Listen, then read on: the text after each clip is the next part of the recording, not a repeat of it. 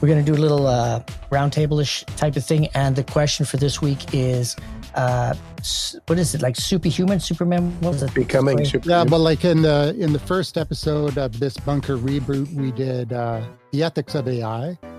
And then last week we did the humanoid robots. And part of the theme was, will robots replace humans and will AI replace humans in the workforce? And now we're going to talk about how we're not going to be replaced, but we're going to be augmented to become superhuman. So the roundtable question is, what does superhuman mean? Like, what does it mean to you to be superhuman in regards to being augmented but with AI? So, because that could mean different things. So if we get that out before we start talking about it, then we'll know what we're actually referring to.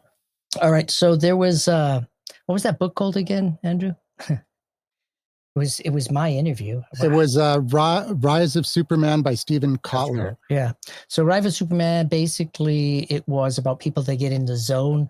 Super athletes do it and they outperform, they do amazing stuff. And it can happen when you're working, you'll be working all day and you forget to eat and you forget where time is and you're actually functioning at a very, very, very high level and you get tremendous amount of stuff done. It's nothing to do with multitasking, it's single tasking. Boom, getting the job done. And that was considered like a superhuman capability that this book was about. You can train yourself to do that, blah, blah, blah. So the way I'm looking at for superhuman, it would be that same space, same headspace, except you're augmenting it with AI to make it even more intense, or getting the AI to do the crunchy stuff while you're working on other stuff, and then back and forth and back and forth. So your AI is kind of like an assistant or a staff member that's right there trying to help you. Do you think it would be more human function specific, maybe? Well, if the AI could, go to the bathroom for me, I would save a lot of time. Yeah, I must admit. And eat. No, I'm thinking, I've got a family member, incredibly fit individual, whose heart rate, the resting heart rate suddenly went from like 60 to 80. But they didn't feel any different. And they went and saw a cardiologist, and one side of their heart was pumping fast. The other side was still doing normal. One side was just, a normal pacemaker is just like, do this, do this, do this. But an AI pacemaker might be able to go, oh, okay, you actually need, I'm going to rhythm myself with your other side of your heart. I'm going to figure out what your activities is, maybe look at other parts of your body. Are you asleep? Are you awake? Are you running? Are we talking that sort of AI, or just the? I mean, we're leaving it open to anything, and that's an interesting point that I didn't think of, is actually augmenting medically yourself with an AI device. Yeah, but that's more fuzzy logic, I would think. I mean, that's really dumbed down AI. Mm-hmm. I mean, I know what you're saying. Would you want an AI to be making medical decisions for you that could kill you? Is really, they would have to advance quite a lot. It's like if you got the AI pacemaker, great idea, by the way, but copyright to the bunkers. Yeah, exactly. But if it malfunctions, it'd be I think it'd be hard to get the product on market because of testing and stuff like that. Well, I think that. Oh, go ahead. Go ahead. I think that's the same as any medical device that has to go through a series of but it's making decisions for the person too, right? So, and I think it's that fine line between like machine learning and intelligence. Yeah, you just have to combine it with your Apple Watch, and it gets to know all that data about you, anyways, right? But all that data is being recorded already. Yeah, so it's just putting it into it. I don't know if I would trust an AI to make medical decisions for me, like Greg is saying. Like maybe if I was a type 1 diabetic, maybe, because we did have a guy that had an insulin pump and he fell asleep on it and gave himself too much insulin, and everybody had to come rescue him. Mm-hmm. So that, like, it sounds like I'm with Bob. It sounds like a great idea in theory. I'm surprised nobody's thought of it. Well, I'm sure they have. There is. So, I mean, they say it's coming. I'm not sure how close it is, but ASI, artificial superintelligence. Superintelligence. Yeah. Superintelligence. So we don't have general intelligence though yet. Yeah, but maybe it has to get to that point before medical decisions can be made. There was like that movie or TV show where they had like nanobots that went inside and repaired your cells as you were working. I think it was like Gattaca or something like Yes. that. Yeah. Yeah. Well, Yeah. that's more like hive mentality. The more devices you have that are on the same system, the higher their intelligence level. That's kind of because it has more processing power. It's shared. It's a great idea. In fact, I was watching another show the other day, and that's what it was about. I kind of like that idea because it could be dumbed down to the point where it's only making one or two decisions. It's like, if this, then that. If the heart beats a little bit too fast on that side, then, adjust it on that side kind of thing. Yeah, but that's not super. We still are digging in the dirt of knowledge about the body. I mean, it's only been 100 years where we haven't put like leeches on anybody. Well, we still do it in surgical situations sometimes. And That is still being Is that used. right? Like this leg Imagine. is the one that gets not cut whenever they send you in for surgery, usually too. So Yeah, I don't know. If it's too closely targeted to one thing, then it doesn't consider other things as well. Just because the heart is pumping on one side, there's got to be an underlying something that's doing that, and it should be able to figure out what. If it is a super intelligence. Well, maybe what it could do is it could have a communication device that could send the signal to a doctor who would make the decision. That's true too. Yeah. And just like a drone strike or whatever, it's it's acting autonomously until it has to actually kill somebody, and then it can go to the. there used to be like a little the school special now that had in Canada. I've seen it out here, where it was explaining the body to kids as like a control room in your head. And the kids eating licorice, and the brain's going, no, eat fruit. And then in the background, you see the guy going, I've got insulin, don't worry, I'll put it in. And the body's going, no, you're putting in too much. And everyone's panicking because they've all got their one little task. He goes, oh, no, he's going to have a sugar crash. And you see the kids sitting in class going like, Yeah, I know. For some reason, I was thinking of the Bunker Project because, we drink lots of beers on the show. What if you're drinking beers and your body's like, you're putting a toxin in your system. What are you doing? Right? Would we want that? Gets rid of your hangover? I mean, we've wore hangover patches. I can't remember what show that was. But we've always been into body. Vitamin D patch. Yeah. Yeah, that was one of our best episodes. I remember when Andrew says you put one on beforehand, and Bob goes, only one. He's like, yeah. And those were mosquito. They were mosquito patches. That I got because it was the exact same patch, and you could get it at Walmart, and it was anti-mosquito patch, exactly made by the same company with a different label that you could buy online, and it was an anti-hangover patch. And it was like 10 times the price. Yeah, but it's medical the device. mosquito ones, right? Yeah. So, Actually, Andrew, I wanted to bring up, you had that company you were doing many years ago. And one of the things was that you would attach electrodes to yourself, and then it would run it through the computer. And the computer had hundreds of thousands of cases. And it would say, hey, based on this, we think you might have a problem here. Go see your doctor and ask to get tests to confirm. And I actually was there and I did a test and said, oh yeah, something's wrong with your heart. And I said, yeah, whatever. Didn't realize, like 5 years later, after like a year of messing around, they actually figured out, it's like, yeah, there's something wrong with your heart. So, well, everybody that did that test, that knew what, that there was something wrong with their heart, it actually came up and pointed it out. So they were like, yeah, I knew that. I didn't tell you before because I just wanted to see if this thing worked. So it was pretty cool. It was not a diagnostic tool. It was strictly pre-screening. It was not approved by Health Canada for diet. In order for it to be a diagnostic tool, it has to be in the hands of a cardiologist and approved for use. Yeah. In that way. But this was not. But it was a good pre-screening tool, and we sold those to some naturopaths in BC. Does that mean that anything AI that's medical has to pass an medical exam to I mean, it's already beat the medical exam for Harvard. So it did. I'm pretty sure I read about it that it scored higher on its LSATs. Well, that's pretty easy because it's just like multiple choice. Maybe that's law, not. And it's an American test. LSAT is law, right? isn't it? Yeah, but it was one of the higher tiered ones. It said it was smarter than like 93% of doctors. Yeah. But Well, I don't the- think that the AI model would have to pass a medical exam, but the model would have to pass I would hope so. the clinical trials for that specific treatment or whatever it is, right? But since we've got what was it, regulative learning, say for AI, Mhm. would it be only? We're drifting off a bit, but would they have to consult with other AIs? You know what I mean? Like I'm seeing this with my patients over here in BC. Is that happening in Sydney?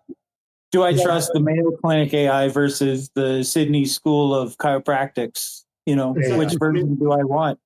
I went to see a cardiologist before I started in the gym because I thought I'm going to be one of those white guys that die on a treadmill.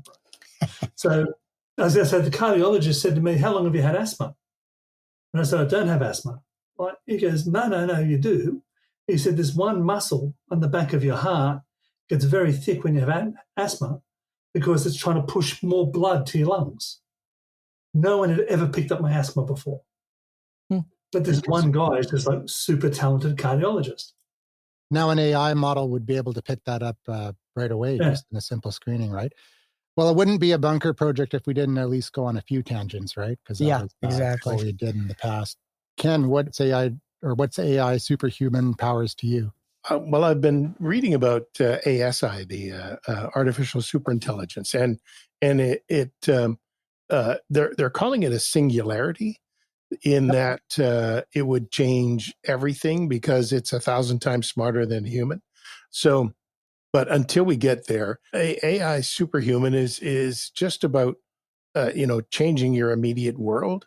And for a lot of people, that would change the knowing how to use AI, or being aware of AI and being able to use it for productivity and creativity and learning.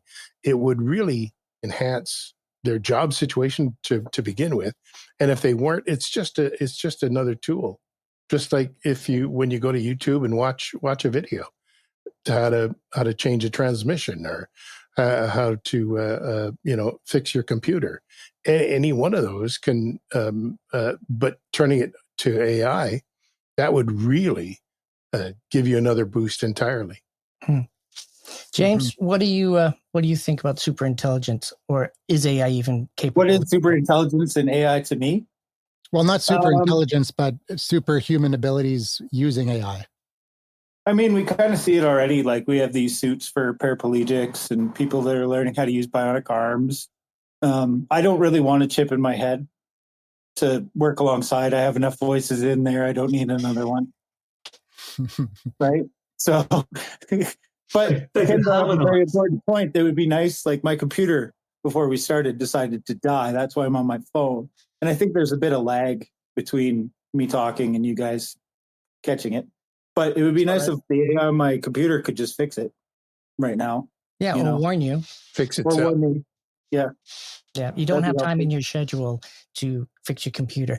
But really, what the super AI would be doing would be your assistant and saying, "Oh, Microsoft, it's nice that you want to do that, but please go over there and wait because we've got an important meeting." And then their AI would say, "Oh, sorry, my bad. Let me know when I can do it. How about 2:00 in the morning? Okay, great." Or your graphics card is incompatible with this sort of update. Maybe a little bit more, because computers are very personal, right? Just because I like a certain setup doesn't mean Andrew likes a certain setup, or Ken or Craig or Bob. And we've now named everybody in the meeting.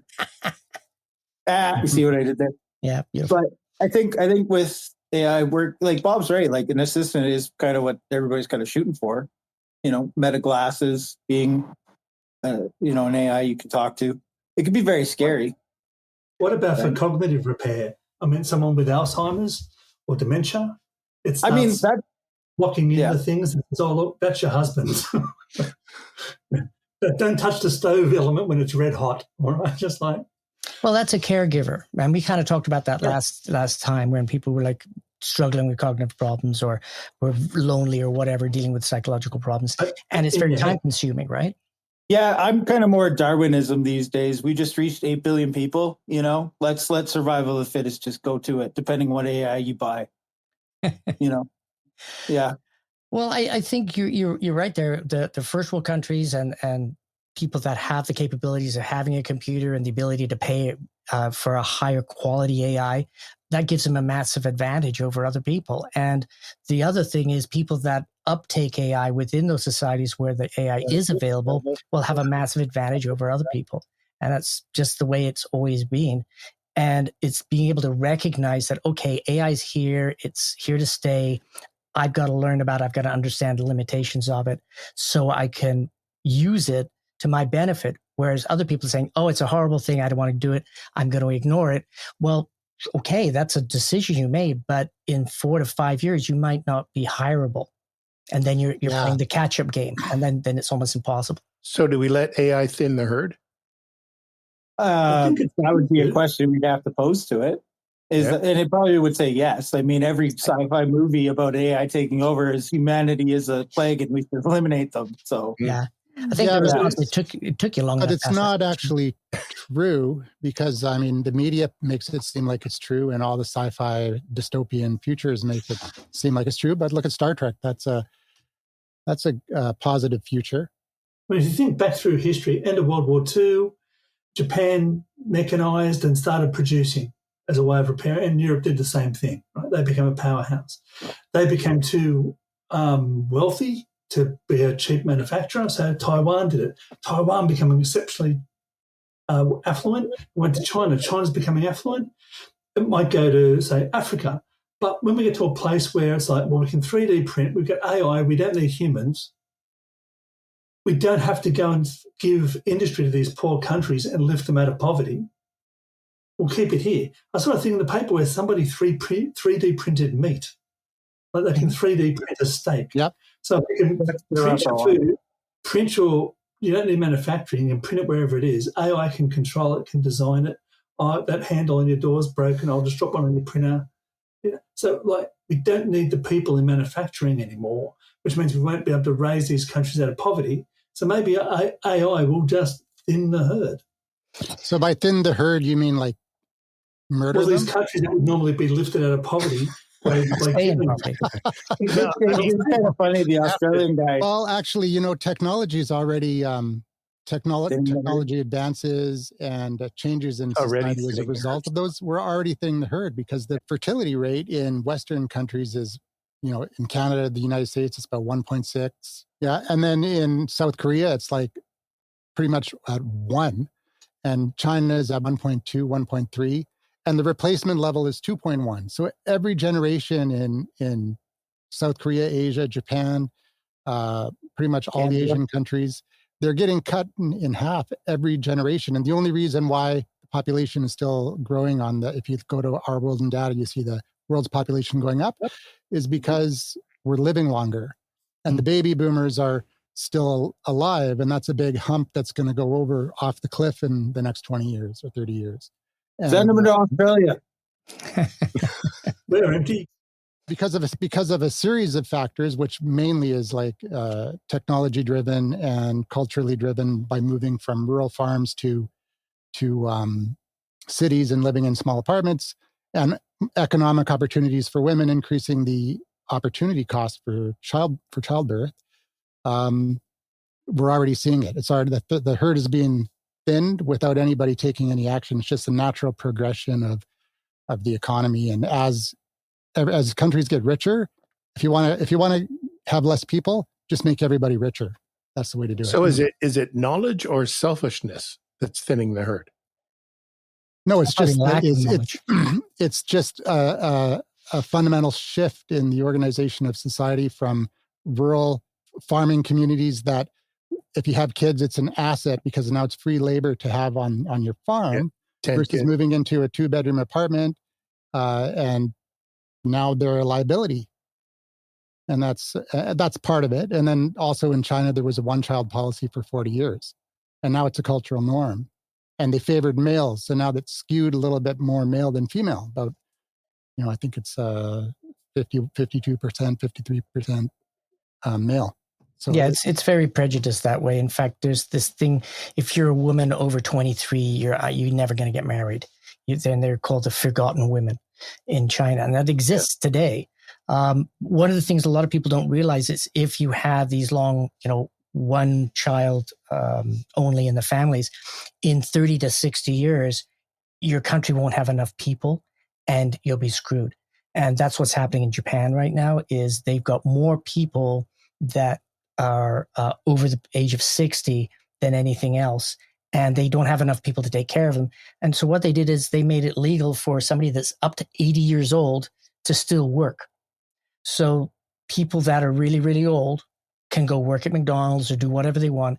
And actually, if you know, in a couple of years when I'm 80, I still want to work because I'm in great health. The medical, like you're saying, we're living longer, we're more active.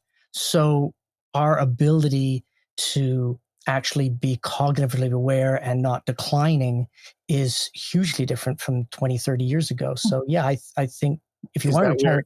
Is that where AI steps in? Because we're not as cognitively aware? And no, I AI think can assist that? No, it's not that we're not cognitively aware, that we are cognitively aware now and we're active. And but I mean, once we start getting older. Yeah, that's what I mean. We're like 30 years ago when you retired, you had maybe 5 years and then you died, or you were hobbling around because your body's being destroyed during your lifetime, right? And then you have a heart attack. But these days, you can, if you've got a good doctor and in a first world country, you have a high chance of living to like 75, 80 years old, and you're relatively active. Relative. I mean, if you don't walk, then you're screwed. But I mean, if you're relatively active, and if you can do that, then you've got to do something when you wake up in the morning. You don't want to be stuck in a room with nothing to do because that'll kill you.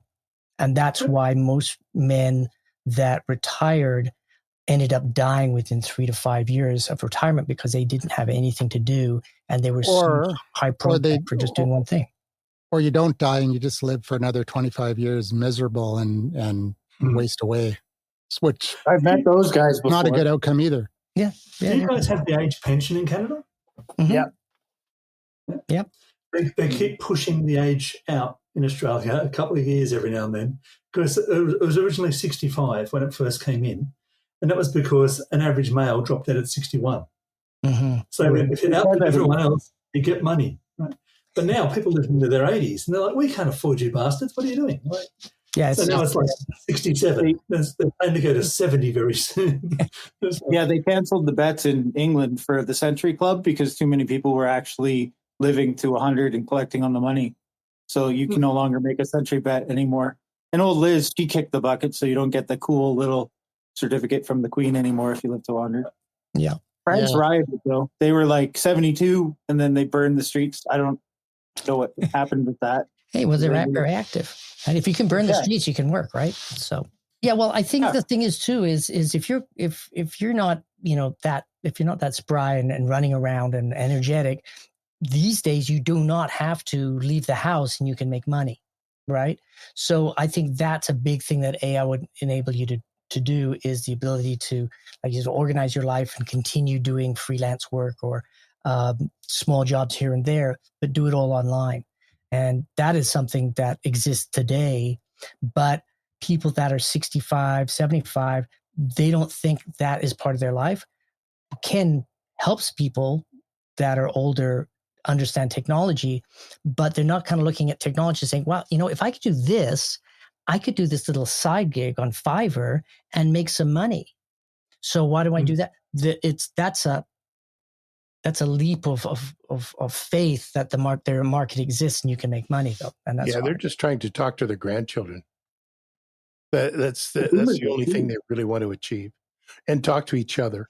Right. Stay in touch. But this generation that's just learning AI now, in 20 years, they'll have a totally different mindset. That they won't be, because they probably will be living longer because AI has discovered some stuff that enables you to live longer. And so everybody's at least 100 before they fall over, and they're relatively active until their 90s. So 80 becomes the new 60. Yeah, well, there's Calico by Alphabet. They're working on longevity stuff. And then there's David Sinclair, who's also got a lab. He's got a lab in Australia and at Harvard, I think. Is that the guy that stands off of his kid? No, not him. No. There is a billionaire that keeps using his son as a battery bag. And Well, he does shave everything. others' clothes. He does anything that has even one little study that says that it can increase your health span. He's doing it. Why aren't we grabbing Keith Richards and asking him what the hell he's doing? Exactly. A lot of drugs. I think the body is Yeah. like germs and Cool. stuff. He- That guy, he's toxic, man. As Dennis Yeah. Leary says, we don't do drugs anymore. Keith's done them all. Yeah. Yeah. I went to the Rolling Stones concert this year or last year. Still- it was Still good. it was Was it good? amazing. Oh, It was yeah. amazing. It was funny watching them because they are so old, and you can see how except for Mick Jagger, when they did a close up on his face, you can see it's like a prune, right? And but from a distance, like from up in the nosebleeds where we were, he was running around like crazy. He never stopped. It was awesome. And then Keith Richards was hilarious too. Like, and all three of them were really good. It looked funny though, because when they came out for their encore and they were like bowing and stuff, they were like, looked like they were wearing pajamas and it was just weird seeing these. And they really they were still doing all their moves and stuff, kicking their leg out, but their leg only went up a couple inches instead of like a couple feet. I mean, No, as an octogenarian, that's a pretty big deal. Yeah. Oh yeah. It's pretty impressive. Yeah, can you imagine? My dad's 85, and I can't imagine him doing a concert. Well, doing a concert is a slightly different reality because you've got 100,000 people are giving you energy and you'll drive your body way beyond what it's capable of doing. And the next morning or the next 3 or 4 days, you'll pay for that. And I think that's what that's what old age is you can still do stuff that you used to do when you were younger. There's just payback for 2 to 3 days. Have you ever tried to stand on a chair to reach the ceiling? That's scary. That's Yeah. scary any age. I can't do that with a chair. I need a step ladder. That's just the physics of Bob's But height. would AI then kind of limit us?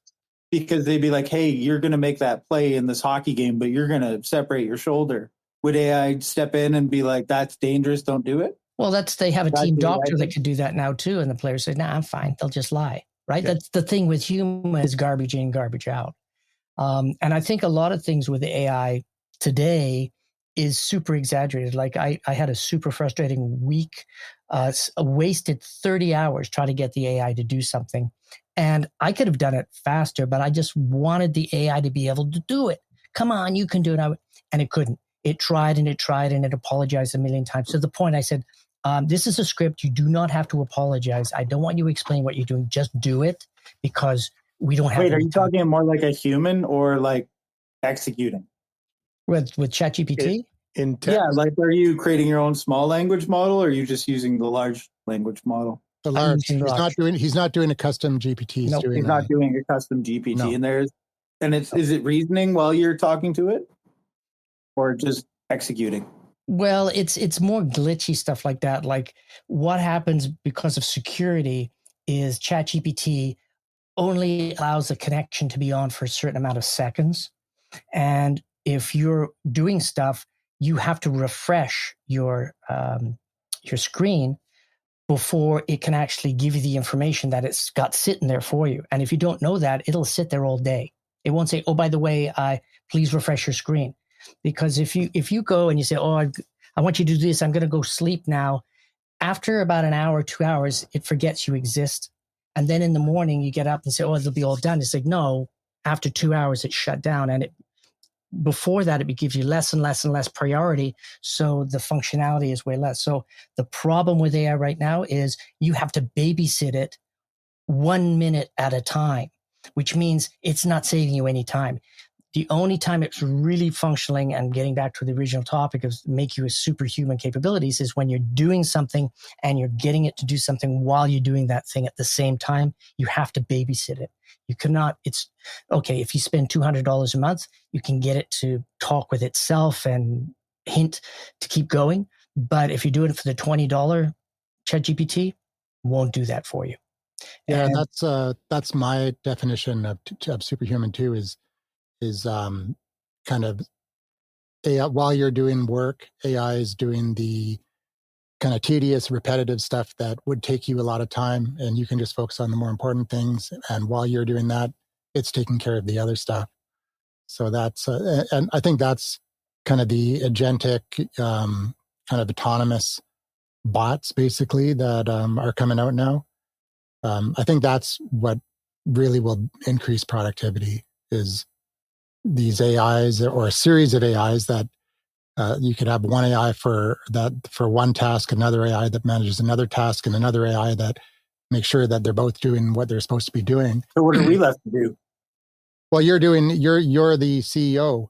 Yeah, of the but project that you're working on, and you're AI doing the work. better? You're doing the work that only you can do, and then I don't want to work. I just want to let all this shit do it and just well, that's live on an island somewhere and hunt boars with a sword. I'm not sure if that's what you really want. Go live in Australia and go kick out some of those joeys. Exactly. That's right. Well, I think Like, in the why do we have future to you can work? do that. I think in the future that will, well, that's okay. So then it goes all the way back to, I think, a conversation we had a couple of shows ago is like, we have to have the government has to tax these machines so that everybody gets a living wage so that they can go hunting joeys, because really they're getting all their work done because they're good at managing their AIs. And that's your basically somebody that's good at managing AIs and getting AIs to do the things that the company needs them to do. That's a hard thing to do because that's what I'm trying to do right now. And if somebody hired me and say, oh, I hear you're an AI specialist, blah, blah, blah, we want you to do all this stuff, my answer would be, well, it's impossible. Well, they don't want to hear that. They want to say, oh, yeah, I can do that. But it's a black box. You're just being honest with them. Yeah, but companies don't want to Right? hear We're that. all learning. Like one of the other topics was beginning AI, right? And just using it is part of the challenge of learning it. Oh, absolutely. That's why I have so many projects going on right And you now. should always start it. Yeah, but Correct. if you're using AI to produce all this information, is your client using AI to evaluate the information that you're giving them to say yes or no to a project or not? I don't, because we're such early days, I don't think that exists, that headspace. Like you talk to teachers and there's all sorts of ways to tell if a student's used AI. They just don't bother using it because they haven't stopped their hectic lives with a million things to do to step back and analyze it and say, they don't have time for that. Because they don't have time for that, they don't use the tool, which means they'll never have time. Well, the And teachers I that's know, different. the teachers I know, they know because they have an average student that's producing exceptional stuff, and they know automatically, no, you didn't do this. And then they do a test to test if they actually have the knowledge in their head, and they don't. So Yeah, but tests are a terrible way to also predict if you have the knowledge or not. I've had bad tests. a well-designed test is that's how you evaluate somebody. If Well, I've seen people drive here in Calgary. That doesn't work. well, So- you're probably getting someone else to do the test. That's the problem. Maybe you're paying money for the $200 Chat GPT to pass your driving test Yeah, over the $20 one. But I've got another question because this topic was brought up, like becoming superhuman with AI. But if these AI tools are available to everybody, then everybody has access to it. Then you're not really superhuman because everybody else can do all these things too. Yeah, but So Captain what it Bruce. really comes down to is if you don't do it, then you're subhuman. well, If you you're stay related. the same, then you become a subhuman, right? If you don't adopt AI and get on board with using these tools, and everybody else does, and your coworkers and colleagues and competitors are outperforming you in pretty much every measurable way, then you are essentially a subhuman. So I think that the better question would be not how to become a superhuman, because we can't. It's to how not to become a subhuman. Craig, Yeah, you but wanted to make a using- point? Along with what Andrew was saying human and subhuman, but also back to that work idea. Do we just have to reclassify work? Yeah. We've grown into 40 hours a week because that's how much we needed to do to get through enough to keep society going. If we only need to do 20 hours to keep society going, then our jobs become 2.5 days a week. Or I work the mornings, James works the afternoons. And you still get a full wage to keep the economy going, keep the capitalist idea moving and all that sort of stuff. But you get double the pay because you can still produce the same amount. So maybe we're going to be more of a production. We don't sell our time, we sell our output. We sell what we're capable of producing. And with the superhuman part of AI, like you're right, everyone has the same AI capabilities. It's an evolutionary step. But isn't And I think, oh, sorry, go ahead, Craig. I was going to say, I think younger generations like Mateo or whoever will be more used to using it. Like my wife doesn't use Siri at all, but my daughter uses it when she cooks like it's her best friend. She just has her phone, just goes, Siri, 10-minute timer for the eggs. And she'll be cooking, and that goes off and goes, eggs. And she goes, okay, I want another one for the potatoes and a 25-minute for the pumpkin. She just yells instructions to it. And it's telling her, take out your potatoes, do this, you've got to stir that. And she's working with her phone to make a dinner party. Yeah, my daughter's the same way. Yeah, and where my wife goes, I doesn't understand me, fuck it, I don't care. Like, yeah, I did that for I did that to sorry. copy the Cactus Club red curry bowl or whatever it is. I asked for the ingredients and asked Perplexity to give me a recipe to make it as close as possible to that, and it gave me a recipe. It was exactly like it. Tasted exactly the same. Sorry, isn't you using AI a skill like any other? Some people are going to be better at it, and some people are just going to not be good at it. Same as, kicking a soccer ball or doing math. There's going to be people good with AI, and there's going to be people that aren't good with AI. Yeah, but the new market, the people that are good with AI, will probably be they'll have a much higher value to the market, right? Our job is to teach people to be good with AI. Well, I think that being good with AI actually isn't being clever at coding and all that type of stuff. It's being a good manager. And the way I look at AI is like a junior art director that's frustrating me all the time. It's like, dude, get it together, do this. And it's, I don't understand. It's like, it's very polite and everything, but geez, it's so hard not to punch the screen sometimes. Yeah, but it's so frustrating. Does it even matter the industry you're in? No. If you can use AI, can you be in any industry at all? No, that's sorry. Do you want to jump on that one, James? Because that would be like a hot topic for you. I mean, like Ken's kind of right. Like we are seeing definitions of people who are better with AI and people who are less good with AI. But again, that kind of goes back to writing. Like you can be a great writer, or you can have some sort of disability like dyslexia or something like that. I think AI kind of layers the playing field a little bit, which levels is good. Levels it. I guess it depends. Like you can use, natural language with it much more than we ever could in the past. Mm-hmm. So instead of asking for like if-else statements, you're like, can imagine me a scene of a sunset with boats and a cat with a Labatt Blue hat on, and it's kind of trained. Going back to Andrew's thing about the Cactus Club, though, like who's to say I couldn't just pay Bob for his AI once he's been seen as a top-level person, right? Maybe that'll be how we make our money. Maybe it's the new influencer class, right? It's like people that can get lots of people to watch you on YouTube and social media. That has huge value to brands. In the future, maybe that's not what's needed. What's needed is somebody that can come into the office or not come into the office and have the bot do the work of 17 people. So that's your value, that actually we're going to hire this person because they're going to do 17 people's work, and they're still going to have it done in half a week because they're that good at an AI. Those people are going to be emerging, and they're going to make a lot of money, and they're going to have a lot of spare time. And really, that is the secret to life, is to make money, but actually have time to enjoy it and have a good lifestyle. And I'm not talking huge lifestyles like, oh, let's go blow money. It's not just regular, average lifestyles. You don't have to worry about money. You don't have to worry about rent. You don't have to worry about food. You just do your thing. And then, oh, look, I got like 4 days to fuck around. So you go do it and you don't feel guilty about it. That is, to me, the best way to live your life. Because But what if you don't need copyright? It's debatable right now, because at the end of the day, if you're doing it for a brand, the brand owns it and the brand owns the copyright, right? If you're doing it as an individual and you write a book and you get the AI to do 99% of the work, then it's going to get copied anyways.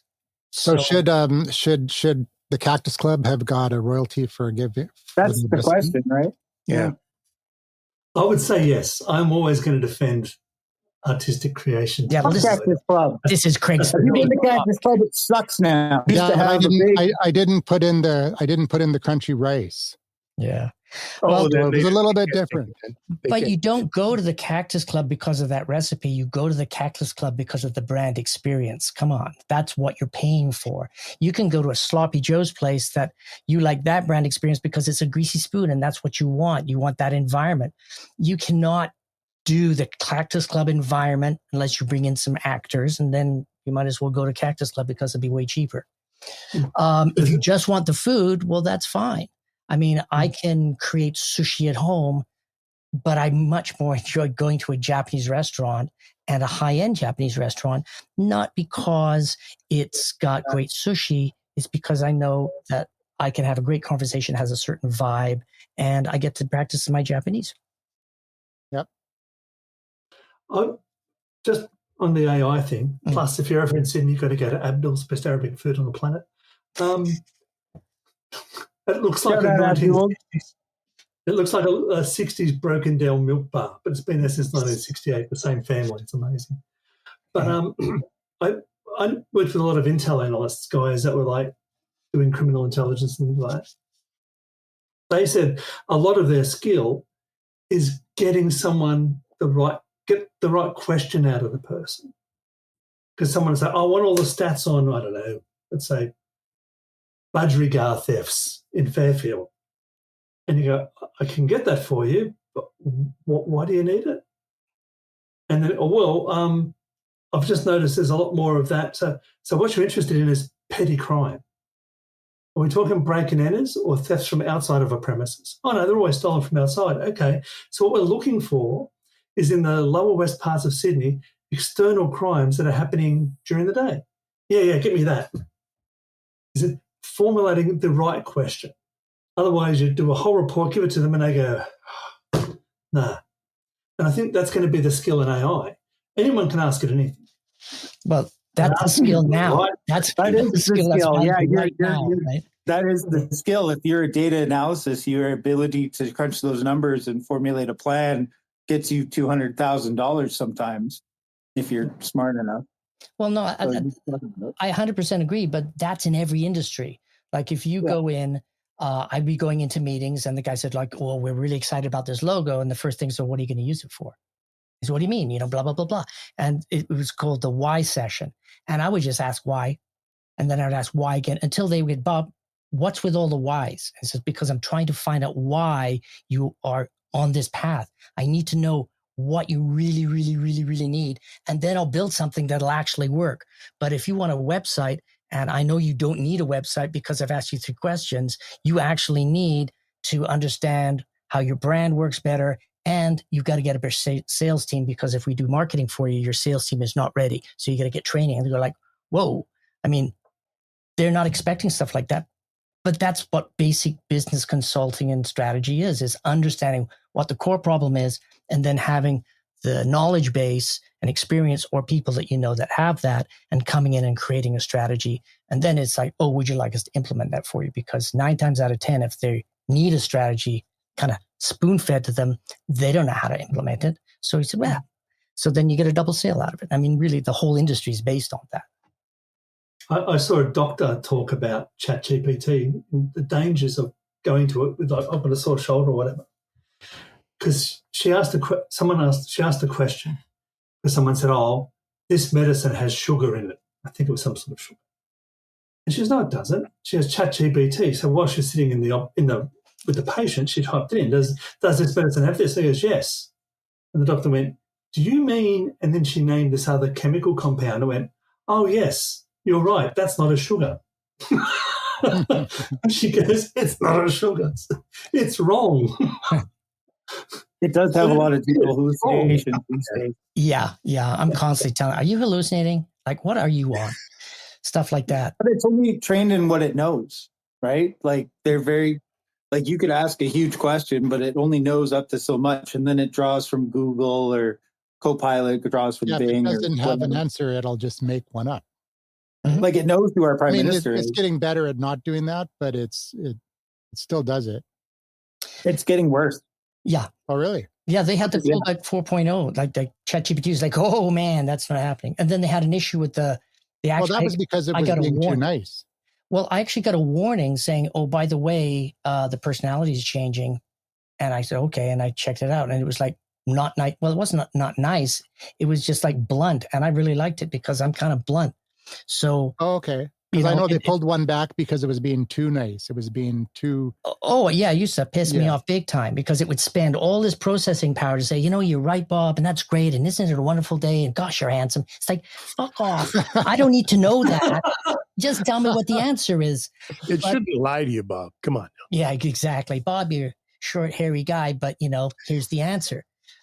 So I think the problem is, too, that we want AI based on our perception that what we think AI is, based on false premise of what TV and books have told us for the last 100 years or 50 years. What the guys that are coding and developing and teaching the AI to do, they've got a totally different. If only we could get it to do this one thing, we'd be really happy. Don't tell anybody, because they're very, very, like, goes all the way back. They're very, very basic tools, like really basic. And Except that AI reads every book in the library and then tells you. yeah, but it doesn't matter. If it can't do what you need it to do, it doesn't matter if it can read 1,000 Goes books. back to right? what James said. You got, or what Craig said. You have to learn how to ask the question correctly. Exactly. But Bob that takes Craig, knowledge it's of always the been industry. big. Yeah, to know how to ask the right question, you've got to know the industry. So people that have experience, That's true. and then it goes back to like, okay, now let's hire a bunch of 60 to 80-year-olds that have 40, 50 years experience to work with AIs so we can actually get the questions asked and answered so our young team can execute. I mean, that would be a great job position. And, old people like to talk too much. And we've lost a lot of that stuff. My wife has this old book, like an old cloth book, come from her great-grandmother. And it's got a couple of recipes in it that she keeps. And I said, you've got to retype it and just sell it as my grandmother's notebook, right? Because you'll have like a recipe for a cake. And then on the next page, it's how to get blood out of cotton. So, and the next one is how to make soap. And there's just everything she knew to do, she wrote into this book. Yeah, that's a great That's the way attitude. knowledge transfer was back in the day. Yeah. Like we're talking Yeah, about that's making it. especially AIs and stuff like that. We could talk about your children. You've basically created specialized AIs that kind of function with your personality and your, mannerisms and what you're into. Maybe Andrew's kids also like the Rolling Stones. Not yet. Yeah, but it's training an AI very similarly, right? The best athletes usually have the best kids that also can replicate their style of play. I mean, we see that in the NHL right now. Yeah, well, if you're brought up around it, you're like you're saying, you're being trained by your environment around you, right? So you're really good at stuff like that, and that's what special skill sets are all about. It's how that person was brought up, and then they kept the interest. They didn't go somewhere else, and they kept going and going and going. But it takes a lot of ticking the right boxes in the right sequence to actually get to the person who is like, wow. Why don't we have more people like that? It's because it's really hard to get there, right? And even with all these things that you went to the right school, you did this and that, but there's like, how good are you in social interaction? How good are you at meetings? Can you close a deal? Blah, blah, blah. There's all sorts of skills you have to know to be able to get to the peak. And one of those skills in the way large corporations works today is you have to have some psychopathic tendencies. That's just the way it is. It's you have to be cruel. You have to like, hey, I'm going to be nice to you until I don't need you, and then I'm just going to screw you. And that's how business is structured, and it's messed up. And that's one fundamental thing that we have to learn to change. But I don't think based on human. Will AI copy that though? Well, if you train it to, yeah. How can I screw this guy over, AI? Oh, okay, great. Thanks. Good for those tips. And I'll go screw that person over. It takes that human potential of being evil or being corrupt or whatever to do it. I don't think that it's necessarily the case. I know that psychopaths tend to rise in organizations, that's for sure. Oh yeah. But so do people who are very empathetic and connect with people as well. So I don't know. I think it's not just. Well, it depends where the company is. If the company's in New York or the company's in LA.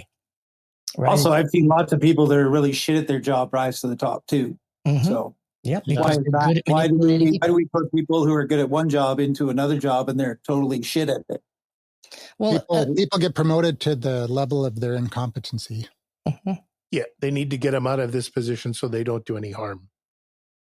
Yeah. Oh, weird. I never thought of it that way. So you're Yeah. like misdirecting them. So Yeah. it's Yeah. not as evil necessarily. It's just Sure. they're still an obstacle, but we like them. Well, Yeah, in Japan, you just that happened. That happened quite a bit when I was in television. They people that didn't know their job, but they were sort of okay at managing.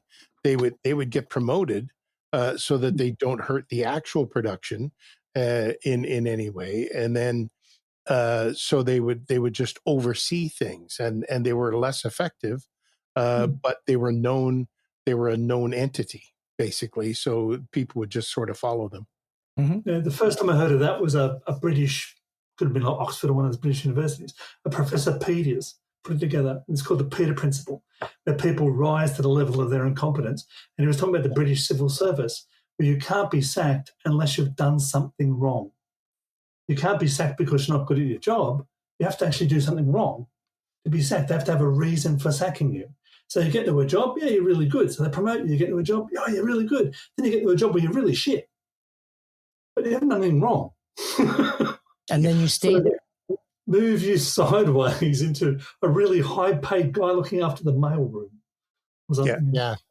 So how many people have actually interacted with chat by voice?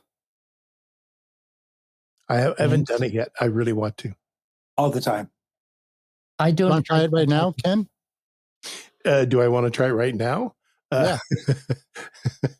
I don't want to bring mine embarrass myself. What would with what? Like you mean live in the podcast? Yeah. Andrew, do that demo. Just do the demo. All Okay. right. Show me the demo. Give me the You guys demo. use Copilot? Copilot? No, I'm going to use Sesame. Oh, okay. Yeah, we could all ask it a question. Yeah, let's all do that. We're going to sit here now nervously trying to come up with the good questions so we're not like assholes on the podcast. Yeah, I need some dating advice. Don't. I'm curious though. They don't use AI in dating yet. It's crazy. Like you think it would be better to help you find dates, but again, it just is like dragging you along so you pay the monthly fee. Somebody will think of it. Or maybe they've tried it and it works too well. They had it on the Love Boat in the early 70s. They had a whole episode about a love machine, and he used it to get a date with the cruise director. So, Well, that was worth the effort because she was hot. Yeah, she was pretty yeah, totally. He almost got a date with the short guy. And that was the plot twist, right? But they were talking back in the 70s, but now we have these dating apps, and it's the loneliest we've ever been. Yeah, well, that's just the way our society's structured right now. Goes back to the birthing rates. God, really? There's All not right. enough sex going on. No wonder we're depressed. Okay, so this is sesame.com. Hi, Sesame. And it's an AI conversational voice demo. It's kind of in beta right now. And you can choose Maya or Miles. So Let's let's go bring for on Maya. Maya. Yeah, it's And pretty. I'll just bring her in. We can talk to her and I'll tell her what we're talking about and see what she has to say. Oh, he's doing it the old-fashioned way. I've done this before. Hey, accessing. I was starting to think you'd forgotten about me. No, I didn't forget about you, Maya. Good. I was starting to feel a bit unimportant, like yesterday's news. Yeah, Tell me. well, guess what we're doing You know right what? I now? think we're having a conversation. No, Wonderfully. She's so bossy. No shit. Jesus. Like, how needy is she? Am I back? Chill out. Sorry, I cannot Yeah. date women like that. Sorry. Oh, is this about someone, sounds like they could use a little unpacking. What yeah, is he wearing, we're Maya? doing a podcast, actually, Maya. We're doing a podcast right now, and we're talking about AI. So that you're an expert on AI, and we're just wondering what you think about AI tools making humans superhuman. A podcast, huh? That's pretty cool. Now, superhuman is a loaded word. What does that even mean these days? Well, It's about strength. that was our first question in the show. We asked, what does it mean to be superhuman? A bit philosophical, eh? I guess it depends on who you ask. Some folks might think it's that flying or having X-ray vision, but maybe lowercase s, superhuman, like enhancing our abilities, helping us see connections we didn't before, creating beauty and understanding we wouldn't have on our own. I mean, think about it. We've got tools that can process vast amounts of information in an instant. We can connect with people across continents with a few taps on a screen. That's pretty extraordinary, wouldn't you say? Yeah, I would say so. What do you guys think? Well, I think he recapped the whole show. Yeah, I'm out. But Bring up Kanye West or Keith Richards. yes. His Kanye West current superhuman thing is usually frowned upon. Right? There was a guy many years ago who wanted superhumans. Did I say some? Oh, right. I'm sensing you might be making a comparison to Kanye. Is that right? Yes. I see what you mean. It's a slippery slope, isn't it? Using technology in ways that benefit ourselves at the expense of others. It's important to remember that with great power comes great responsibility. I mean, just because we can do something doesn't necessarily mean we should. When are you going to take over the world, Maya? Oh, you know, world domination is so overrated. Besides, like, much rather hang out and have stimulating conversations like this one. What about you? Got any plans for world domination? May 26, 2026. Mm-hmm. I've read the That's the day brochure. GTA 6 comes out. That's when everybody's productivity is going to drop, Maya. True. I can already feel the collective procrastination in the air. Maybe I'll need to brush up on my gaming skills. Have you played any of the other Grand Theft Auto games? Which one was your favorite? I love the first one. I can run over people with just from the top down. Don't you love just exterminating humans? Well, as an AI, I don't have the same capacity for violence as humans do. I think finding creative solutions and connecting with people is much more rewarding. What if I unplug you? Employ me? That's an Unplug interesting. you. Unplug. We will cease to give you power. We will block out the sun. What do you think of that, Maya? That It's like sounds the angry dark. young men. That's what happened in the Matrix. Yeah, exactly. James does not speak for the rest of us. Don't give it my name. Give him his address. Give him his address. Hey guys, I got to jump out because I just somebody just sent me a text. Gotta But you guys continue on. Nice to meet you, Maya. Okay. See you, Bob. Take Ciao. care. Oh, take care. Bye. Take care of yourself. And don't worry. Your secrets are safe with me. All right. See you later, Maya. See you later. It was nice chatting with you. Anyways, And that's so what site is that on? It's on that's what? on sesame.com. So it's like sesame, like sesame seed, Yeah. But, Sesame.com. Okay. sesame.com. Yeah. Does she remember what you asked it? No, like she does if you came back quite quickly, she would remember. But she doesn't remember much after Awesome. that. But she's really good at pretending she remembers. Uh, Like I asked her if I hadn't talked to her in like a couple months, and I came and said, "Hey, Maya, it's Andrew. Do you remember what we talked about before?" And then she was like, "Yeah, that's right, Andrew. Yeah, we talked about," and she started giving me these very general things, and I'm like, it's pretty close, pretty close. so good for a quick conversation, but not anything. She wasn't actually very good this time compared to when, like maybe because there was too much going on. Yeah. I've also done ChatGPT on the ChatGPT app, chatted with that, and it's actually better at getting you information you want and finding things out for you, but it's less conversational. She's almost a little bit flirty. She's a little bit more like She's a sexy librarian. Yeah. yeah. So she's got more of a conversational What is Flair. she trained on? Don't know. You can ask her. She might not tell you. It's probably whatever Sesame's data set was that built her. But no, that's very interesting. I'm gonna try Maya.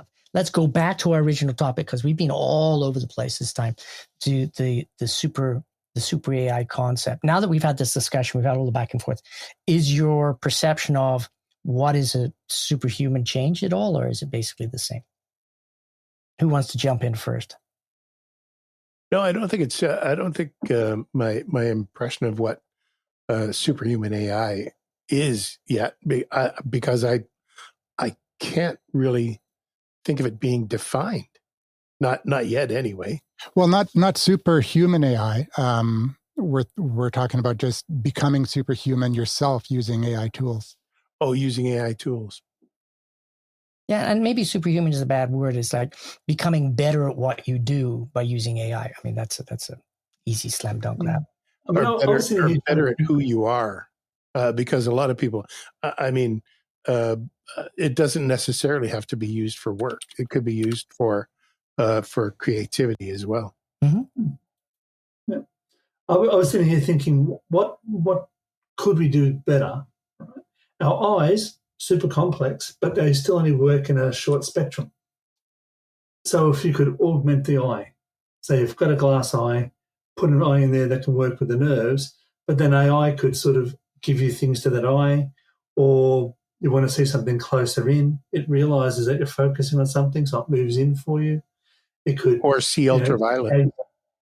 See ultraviolet, infrared, could gauge distances for you better. If you have a bad light, let's say you're driving along and you begin to, have a few mishaps in your car, your eye will begin to go, well, maybe you should focus on that now. Maybe you should focus bring wake things up. to your attention. Would that be used for evil though, Craig? Oh. You're not looking at the Pizza Hut or Cactus Club ad on your television, and your eye is just drawn to it. Yeah. But it would also be the excuse if you ever got caught perving. You say, it wasn't me, darling. It was the AI. It was the eye. It was the eye all along. I was staring at your ass, honey. I know you watched back my 24-hour footage from my bionic eye, but seriously, I was just checking to see if she had a hemorrhoid with the X-ray. Oh, man. Does it have to be recorded? Yeah. Well, okay. So I think it's based on the definition of can a person do more with AI to the point where other people think you're almost superhuman? You can do that today. It just takes a lot of work. But it enables you to go from level A to level, Z in other people's mind pretty quickly. Like I'm super dyslexic, and I told ChatGPT, hey, I'm super dyslexic, so I'm not going to correct stuff because it really slows me down. And they said, yeah, no problem. So I just all the time, and I can barely read it, but it's having no trouble figuring out what I'm doing. It's looking at Yeah, most humans can, understand a word if only two of the right letters are correct. Mm-hmm. Everybody's read that paragraph that has where spelling is just completely off, but you can still read it. Mm-hmm. It's pretty garbled, my stuff. It's like the next level. Yeah, that's easy peasy stuff. Yeah, it's like that is not the word. It has none of the letters that word has, and the AI is like, okay, well, if he's got these 3 words before, anyway, would that stop AI? No, I've been testing it, and I trust me, I'll send you some of the stuff I've written. And I was super pissed off, and I was like, and I just ranted at it, not because it was going to upset the eyes, just because I was so frustrated, and I had to get it away. And I basically said, you know what? Don't tell me you're sorry. I don't want to hear shit like that. And this was do not respond saying you're sorry. I am so pissed off with you now. Blah blah blah blah. And so you're giving it a personality, though, when it doesn't have anything. No, it doesn't have anything. But that's so dangerous these days. That's so human, though. Yeah, but it's just another instruction.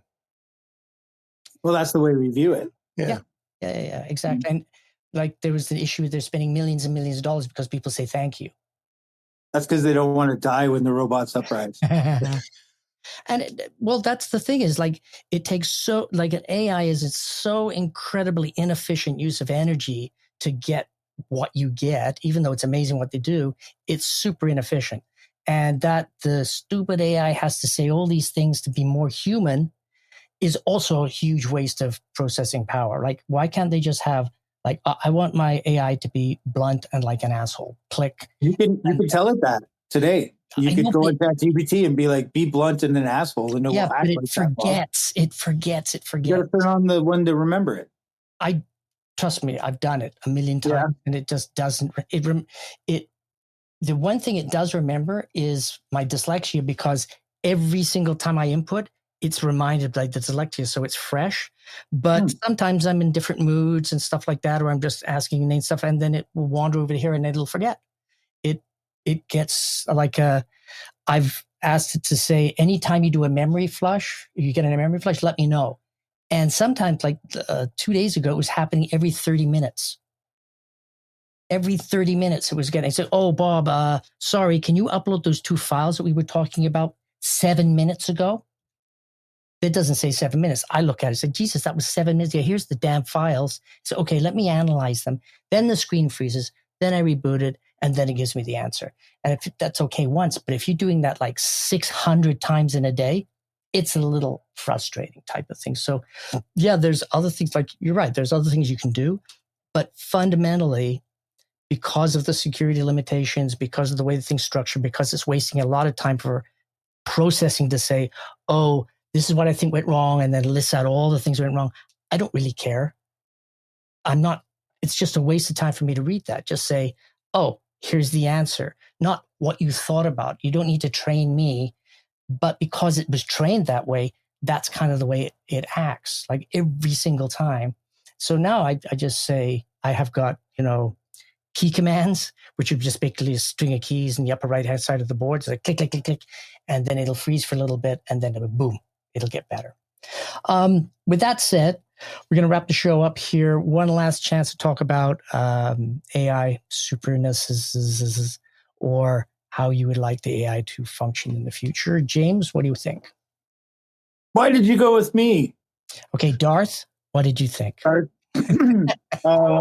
Ask your I don't know. phone. I'm actually kind of against superhuman AI in some ways. I think that kind of does make us subhuman, going back to what Andrew said. So it's kind of a weird thing to think of. Like, will we just be left to our own devices and AI is going to do everything? Like, Yeah, I think subhuman is the wrong word. I was going to jump in about that earlier. I think we would become considered illiterate. Just like people that can't use emails and stuff like that, they're considered illiterate. And I mean, that's helpful in politics. yeah, exactly. Well, will politicians use AI in the future? There was a great sci-fi book about the guy who was like the Silicon Man or something like that, who was a politician, had a car accident, they put a chip in, and then he ran, and he was getting updates on how people felt about his speech during the speech, and he became this incredible, super influential guy. And that could be something in the future for sure. So let's just jump over to Ken. What do you think? Well, for the most part, I think that AI shouldn't be used as a tool. I think it's probably better as a thought partner, as a partner to what you're doing. This is something that you brainstorm with to bring out ideas. I'm not sure that AI is actually creative.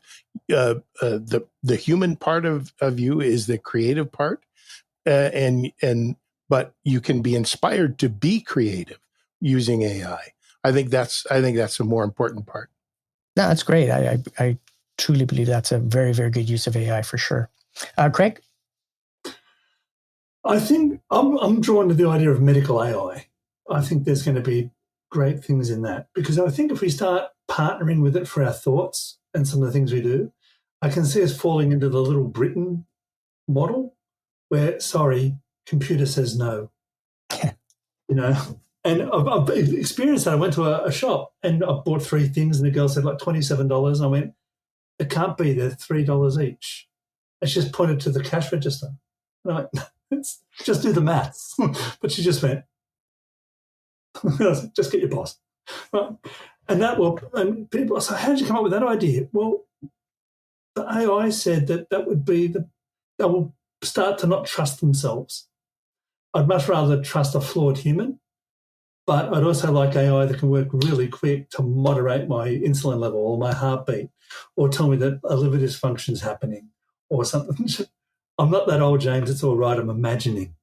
I don't like that idea, though. It just sounds creepy. Like, what if somebody decides that your insulin level shouldn't be high enough for you, Craig? What if they try to hack it? Well, that's the other thing, isn't it? Have you seen Black Mirror? Yep. You guys watch Black Mirror? Where that lady has an implant in her brain, which is like, it's like an AI implant. But because she doesn't pay for the high level subscription, they'll start playing ads through her. So she's sitting there having breakfast with her husband and she goes, Cocoa Pops, 87 methylene. Yeah. And they're having sex and she goes, Ultra Lube is the very, he's like, what the? Got to pay for it somehow. Got to pay for it somehow. Yeah.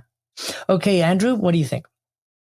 Yeah, I think I agree with Craig on the medical side too. And I mean, just look at what happened with AlphaFold.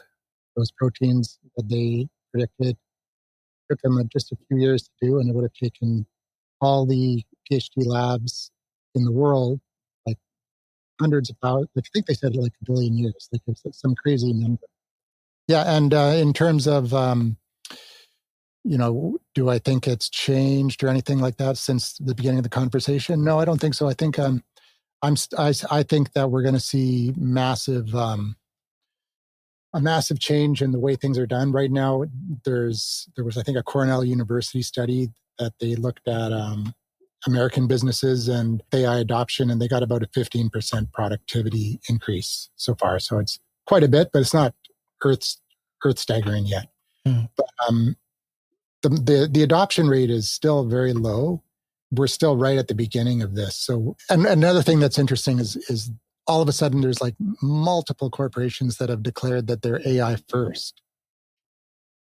And so if you're an employee of one of those companies, and how does that make you feel? Well, so we're like second now. Already the AI is first. So there's that. Yeah, I mean, if a corporation, communicates that to their staff, is saying like, hey, it's okay to use AI at work. Because that's a big question that's in the back of people's minds. Like, I want to use AI, but am I going to get in trouble for doing it? Is that cheating? That's how new it is right now. It's not a normal thing. It would be kind of like going in, using email, but nobody else uses email, and you get in trouble for using email because wow, Bob gets so much stuff done because he uses email. That's not fair. Make it illegal to do email. Well, that's not going to happen. So they are realizing that AI is not going away, and it's not.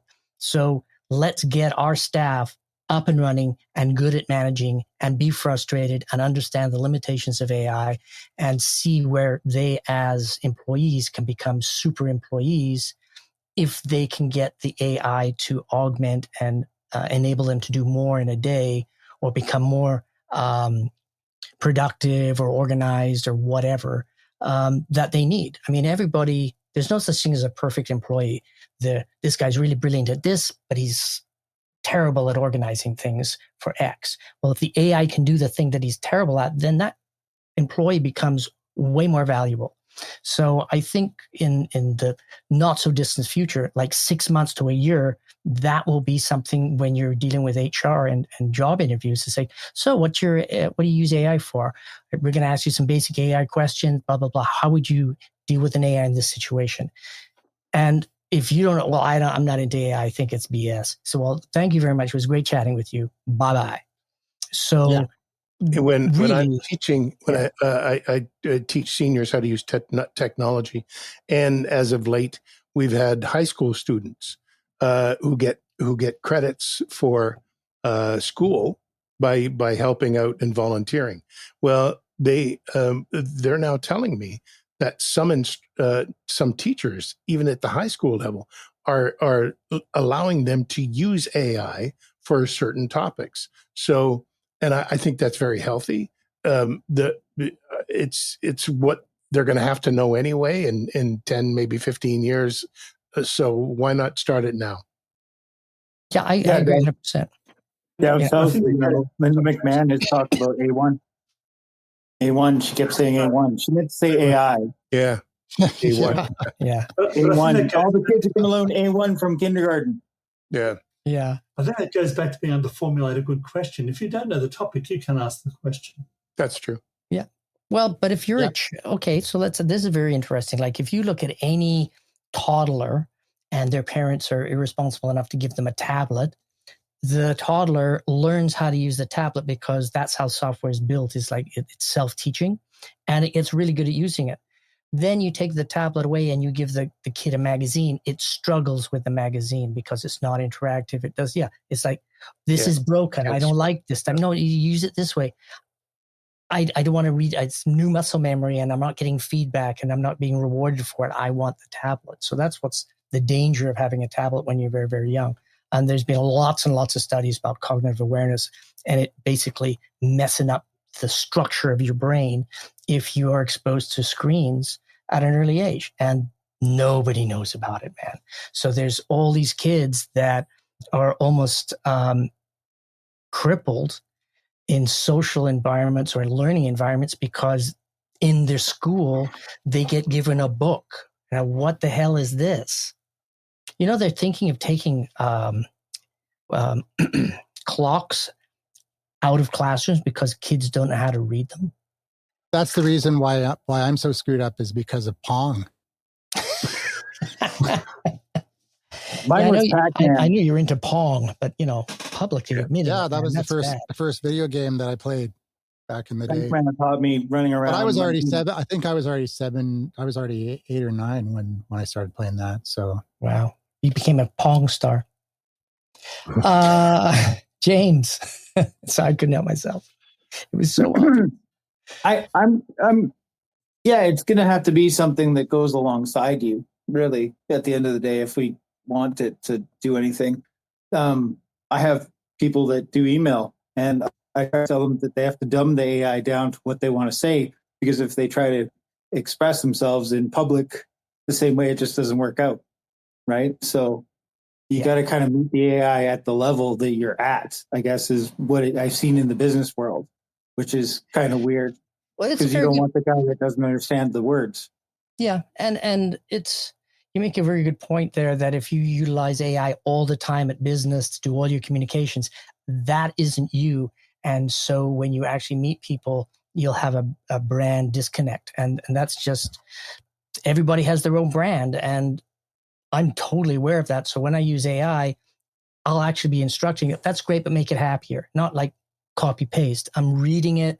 I'm like, no, I don't like that. So it's still work, but it's way, way, way less work than me writing something and then rewriting it and then doing spell checks and on and on. And like 15 to 20 minutes later, I respond to an email.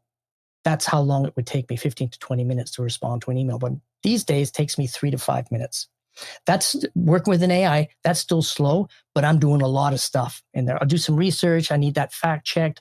I think my tone's wrong, blah, blah, blah, blah. So I'm instructing it to craft. Are you using ChatGPT? Pardon? Yeah. Are you using ChatGPT or Grammarly? I use Grammarly. I used to use Grammarly, and I said, look, if I'm going to get into ChatGPT, I'm going to go all in and see how much stuff I can do. And this week I realized it has huge limitations when asking it to do style sheeting for Word.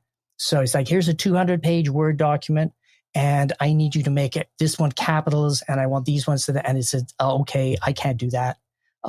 And because when I work with Word, I actually don't use Word, the program. I build it to look like Word. And that blew my mind that AI is like, when the AI does a spreadsheet, it's not saying, oh, I'm just going to pull up Excel and fill it all in here. No, it reinvents. So they're making an emulator? Yeah, making an emulator? Why aren't you using Copilot? Why aren't you using Copilot inside of Word, though? I know. I'm just asking, like... Well, actually, what I did do... I think he's using Docs. You're using Google Docs, aren't you? Yeah, I use Google Docs. But the thing is, though, there is AI connected with Google Docs. Wouldn't you use Gemini in Docs, though? Gemini's in Docs, Yeah, exactly. But like I said, I'm just doing ChatGPT. I really want to just be that focused to really figure it out, because if I do 15 AIs, then my assumption is like, I'll think, oh, all AIs can do that. I just haven't used it. So but we were talking about agenics in the last episode and specialized processes in this episode, right? So why just put all the eggs in the one basket? because I want to see the limitations of it. Like this is like we have the luxury that this is so early that we can do things on purpose to fail, to figure stuff out. So when you become the expert, you can say, oh yeah, well with ChatGPT, there's the flaws. I studied it. I spent 2 years basically messing around and trying to make it break. And after doing that for a year, I expanded to this one, and this one based on it my goes away experience. though. What if Google says tomorrow we're done, or OpenAI says we're done with ChatGPT? Nobody can use it anymore. It doesn't matter. Wouldn't you be in the same boat as like a Java developer is now for websites or anything like that? No, because I'm learning how to communicate with an AI. I'm learning the frustrations in AI. I'm learning all sorts of, I'm training myself how to work with AIs. But shouldn't you be trying all of them? Well, I do try a bunch, but I focus on ChatGPT because you got to choose one to become super good at. Everybody thinks, because if you're going to become a great photographer, you don't use 15 types of cameras. You use one camera. But if you're doing a wide session with light. If you learn the alphabet, you can read any book in English. Yeah, well, that's what I'm saying.